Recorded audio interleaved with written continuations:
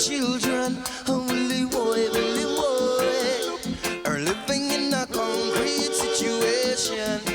Willie boy down there, Willie boy, African children down there in a concrete situation. African children,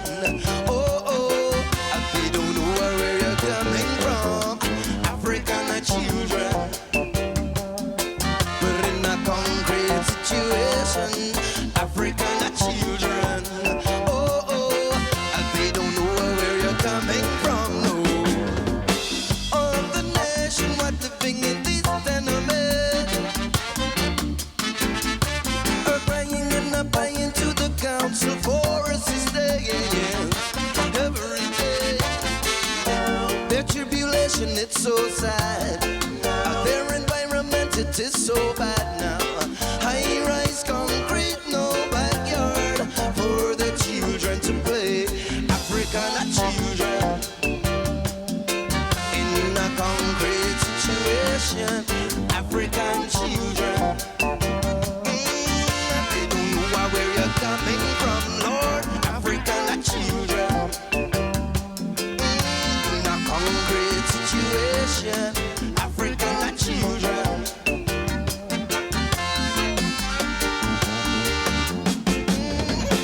all the nation what living in these tenements. Oh no, Africa stone-walled concrete cubicle is where we all live now. The rent increasing every other day, and structural repairs are assessed and never done, and live out of action on the 27th floor. And when it work, it smell, Lord. African children down there in a concrete situation. Many African children, they don't know where you're coming from. No, African children down there, Lord, in a concrete situation. Oh, no, they don't know where you're coming up from. African children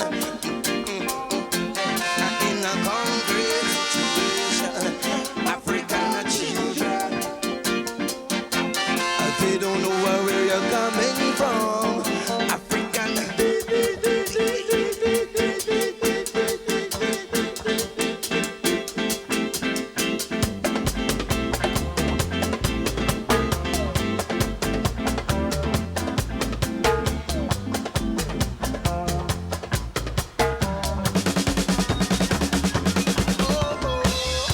Some living in a high rise, some living in a low rise, and then when it rains, your children can't go out to play.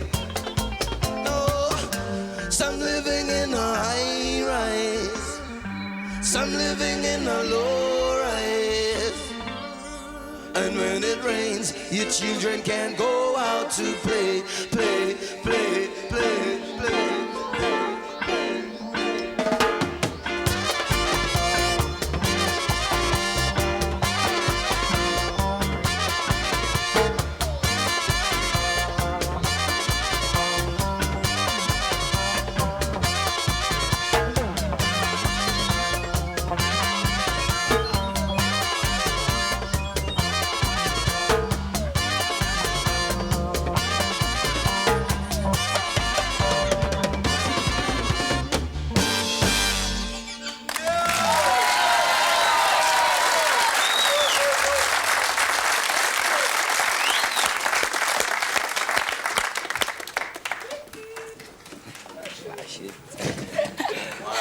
Well, that was African Children, which is from your new album called Live and Direct, which is out now, I believe.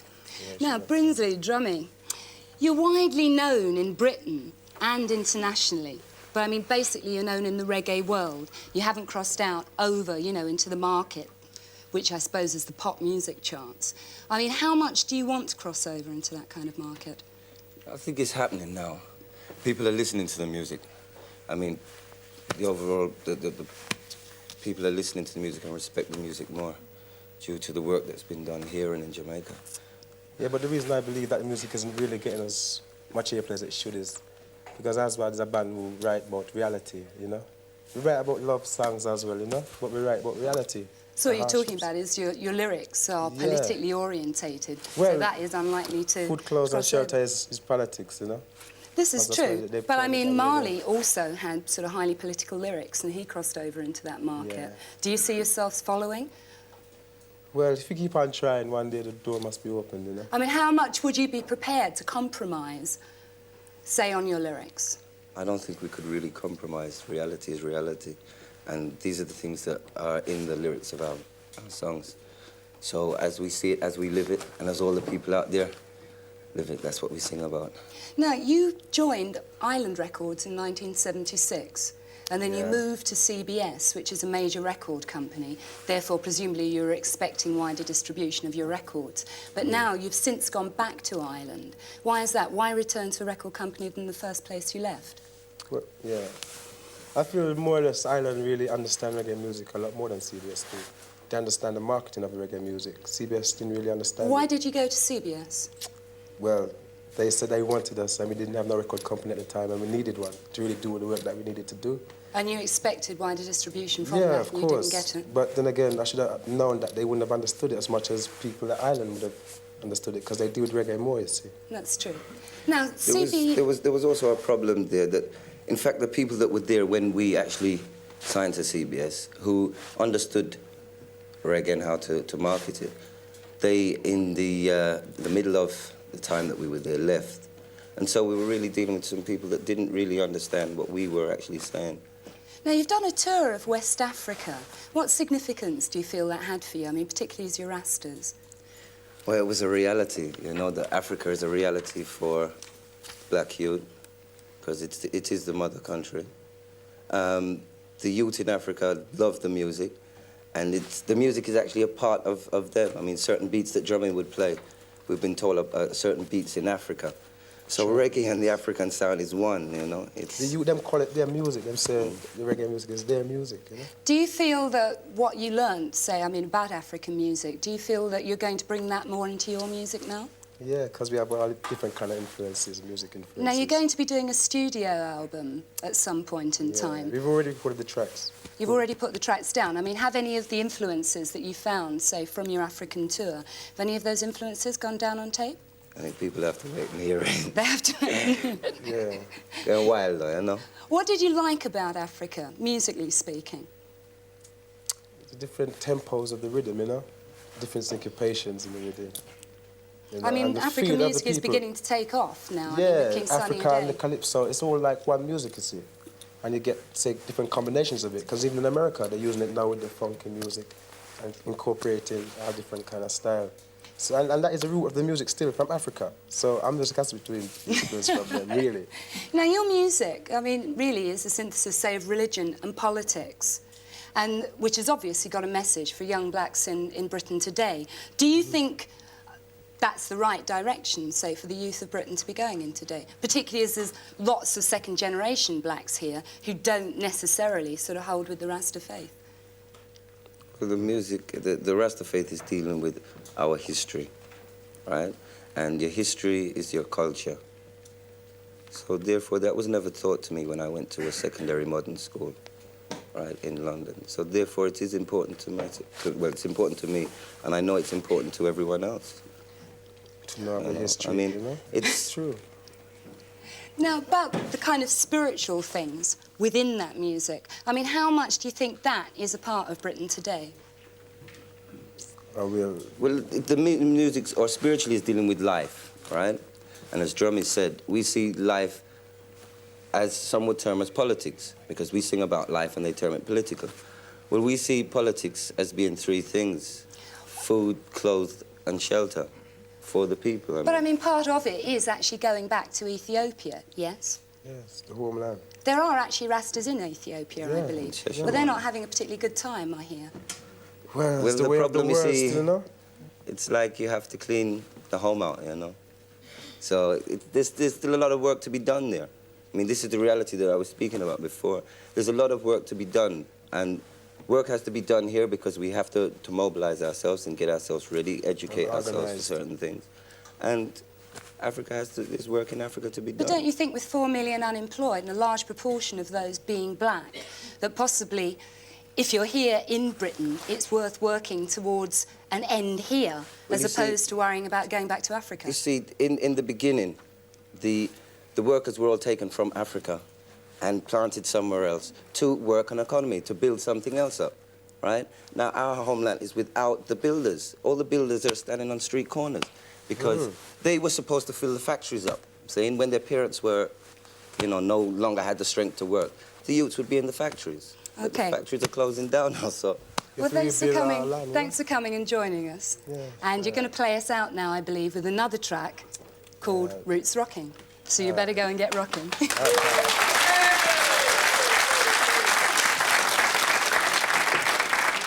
Now, don't forget, if there's anything you want us to cover that's happening down your street, write in to the show at this address. Street level, Black on Black, London Weekend Television, London SE99 6YW. That's street level, Black on Black, London Weekend Television, London SE99 6YW. That's it from me tonight, so back to you, Louise.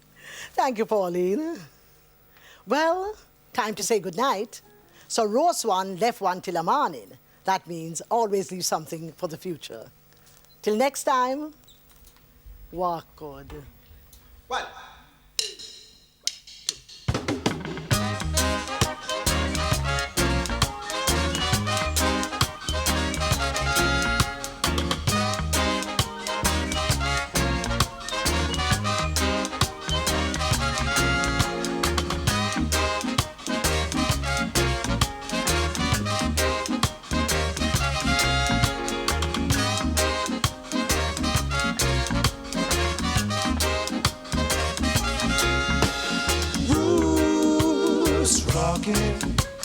Roots rockin', roots rockin', roots rockin'.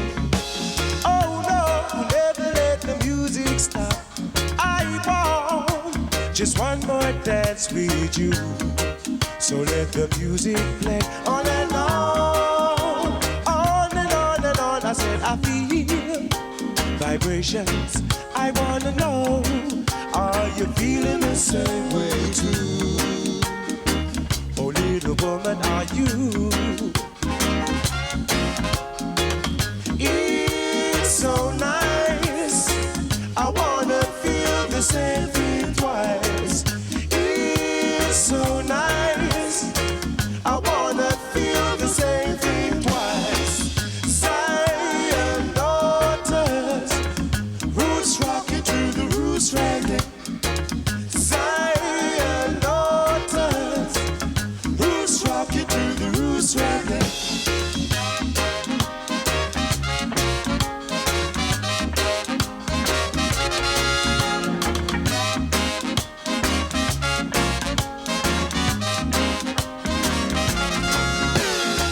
Wherever we go, we know that trouble will find us. So pick yourself up now, woman, and leave the world is behind you.